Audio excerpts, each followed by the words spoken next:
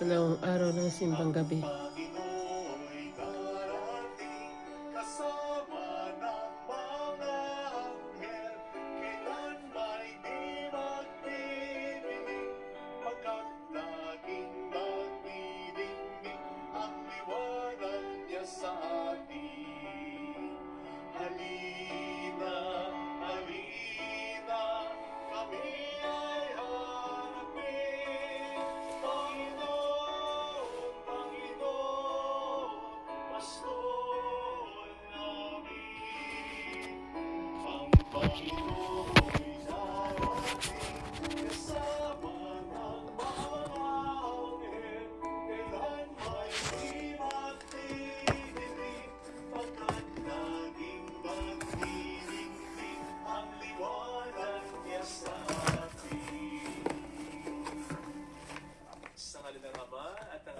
Espiritu Santo.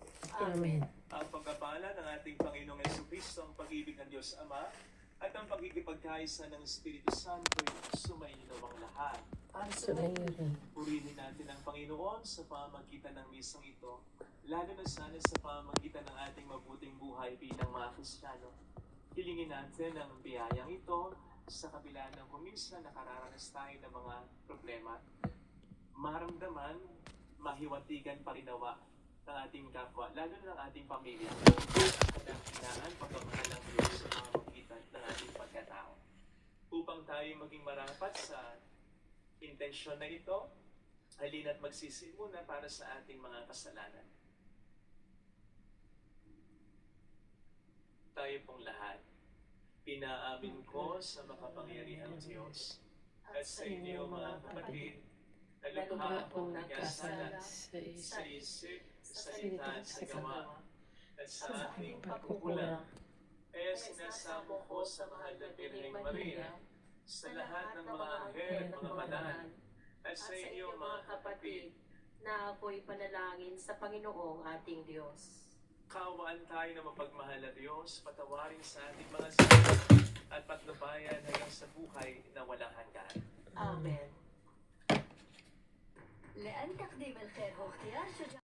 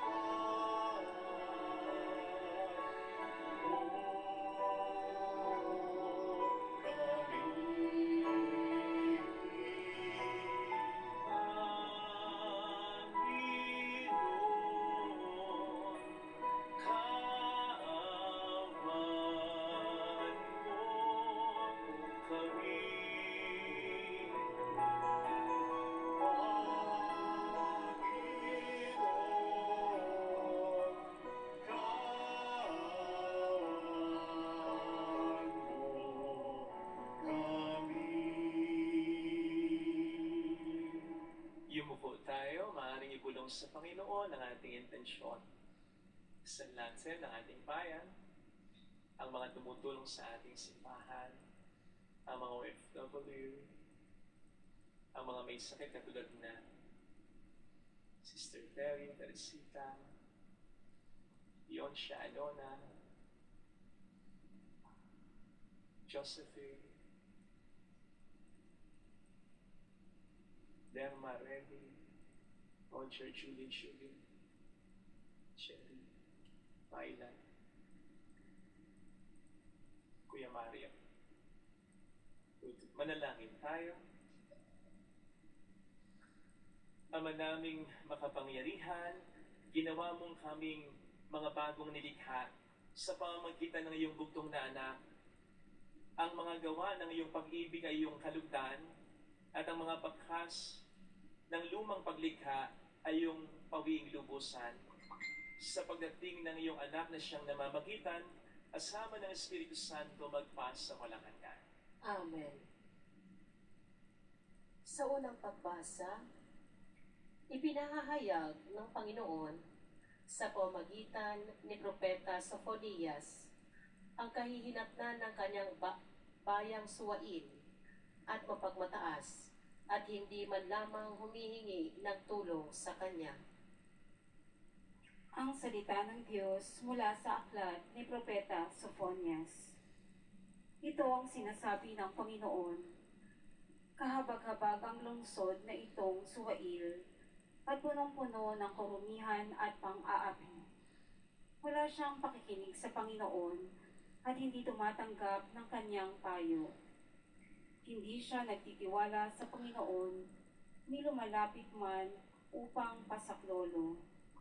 Oo, sa panahong iyon ay babaguhin ko ang pananalita ng mga tao at bibigyan ko sila ng bilang malinis, upang silang lahat ay tumawag sa pangalan ng Panginoon at buong pagkakaisang maglingkod sa Kanya.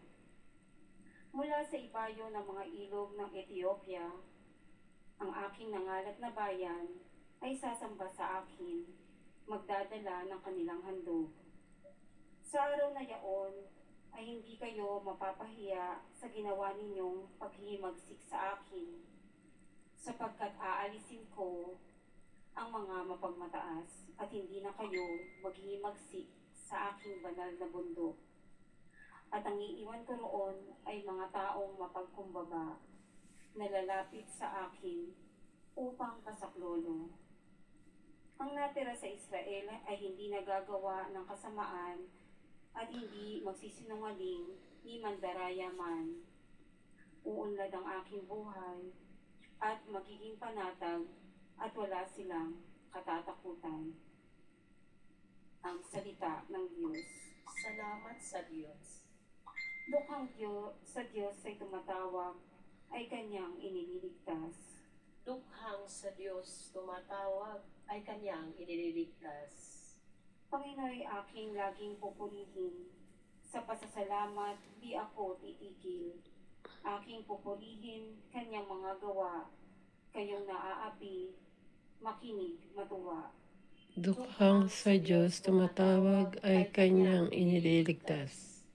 Nagalak ang aping umaasa sa kanya, pagkat binabigo ang pag-asa nila. Tumatawag sa Diyos ang walang pag-asa, sila'y iniligtas sa hirap at dusa. Dukhang sa Diyos tumatawag ay kanyang inililigtas. Nililipol niya yaong masasama hanggang sa mapawi sa isip ng madla.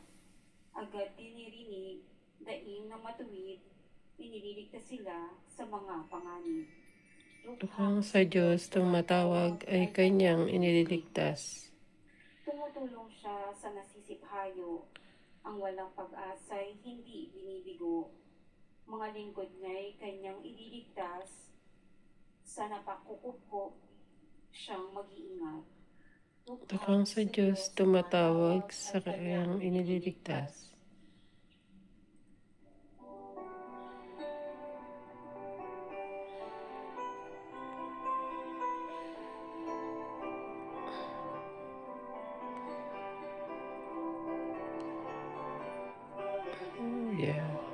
Hallelujah. Hallelujah. Hallelujah. Hallelujah. Hallelujah. Hallelujah. Hallelujah.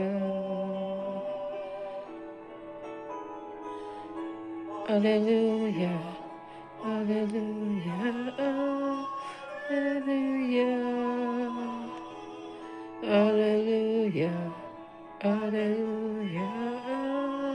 Hallelujah. Hallelujah.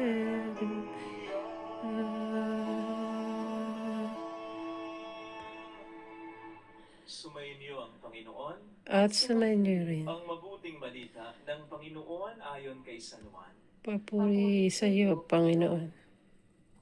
Noong panahong yon, sinabi ni Jesus sa mga Hudyo, "Nagpasugo kayo kay Juan at nagpatotoo siya tungkol sa katotohanan.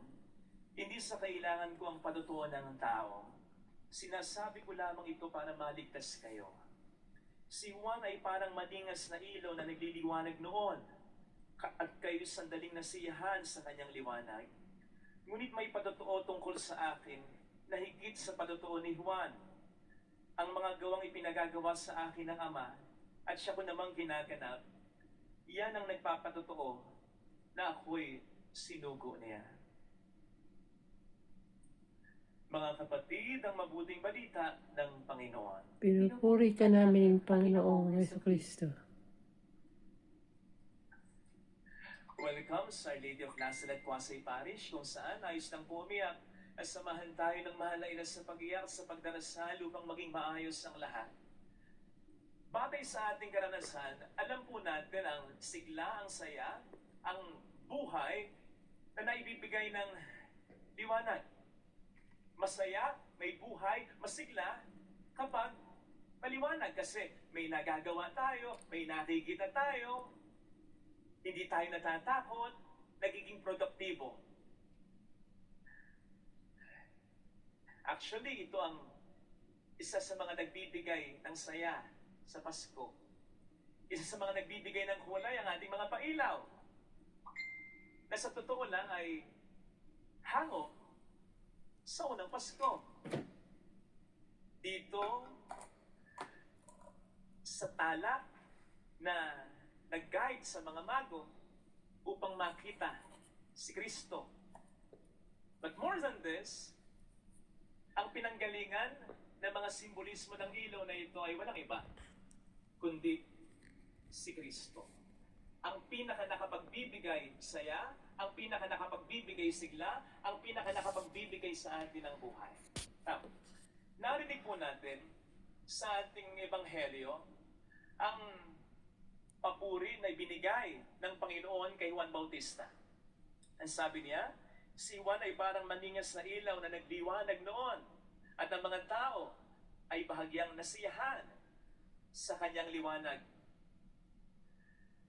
Nasiyahan ang mga tao sa liwanag ni Juan, sapagkat ang dalang liwanag ni Juan ay ang liwanag ni Kristo. Si Juan ang siyang nag-represent kay Kristo.